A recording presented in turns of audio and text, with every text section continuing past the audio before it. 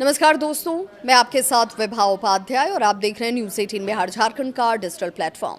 नेपाल इस समय गंभीर सांप्रदायिक तनाव का सामना कर रहा है। सुनसुरी जो जिला है उसके एक छोटे से विवाद ने अब बड़े हिंसक रूप को धारण कर लिया है। कई जिलों में कर्फ्यू लगा दिए गए हैं। नेपाल पुलिस, एपीएफ और नेपाली सेना को हाई अलर्ट पर रखा गया है, जबकि सड़क और रेल यातायात इस वक्त प्रभावित नजर आते हैं। आखिर ये हिंसा कैसे शुरू हुई, किन किन इलाकों तक ये फैल चुकी है और नेपाल सरकार पर सवाल क्यों उठ रहे हैं, पूरी रिपोर्ट के जरिए जानकारी हम आपको दें। ये पूरा मामला नेपाल के सुनसरी जिले की देवानगंज गांव पालिका के कप्तानगंज इलाके से शुरू होता है।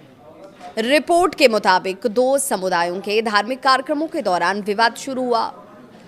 कुछ मीडिया रिपोर्ट्स भी कहती है कि कांवड़ यात्रा के दौरान लाउडस्पीकर और धार्मिक झंडों को लेकर तनाव बढ़ा और बाद में ये हिंसक रूप में बदल गया। स्थिति बिगड़ने पर पुलिस ने भीड़ को नियंत्रित करने के लिए बल प्रयोग किया और गोलीबारी की घटनाएं भी सामने आई। इसके बाद हिंसा जो है वो सुनसरी से निकलकर मध्य प्रदेश के सिरहा, धनुषा, परसा और सप्तरी सहित कई जिलों तक फैल गई। कई स्थानों पर आगजनी होती है, तोड़फोड़ होती है, पथराव और लूटपाट की घटनाओं की भी खबरें सामने आ गई।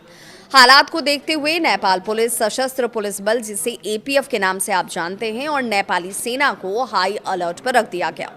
संवेदनशील इलाकों में लगातार फ्लैग मार्च और गश्त की जा रही है। अभी ये स्थिति बनी हुई है। सिरहा के गोल बाजार, लहान और सिरहा बाजार के साथ धनुषा के जन कपूर धाम और परसा के वीरगंज और सप्तरी के राज विराज तथा बोदे बरसाइन की बात करें, कई ऐसे इलाके हैं जहां पर इस वक्त कर्फ्यू लागू है।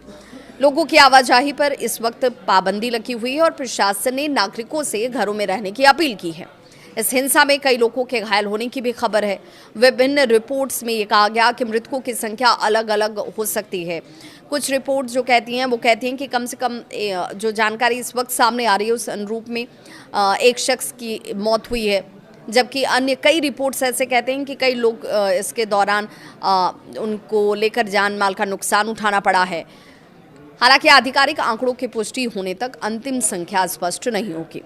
घायलों में नेपाल पुलिस के वरिष्ठ अधिकारी भी शामिल हैं और कई पुलिस कर्मियों के भी शामिल होने की जानकारी सामने आई।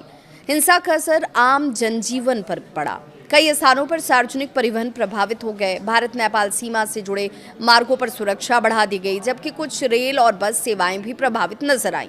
नेपाल सरकार ने लोगों से सोशल मीडिया पर अफवाह या फिर भड़काऊ सामग्री साझा न करने की अपील की।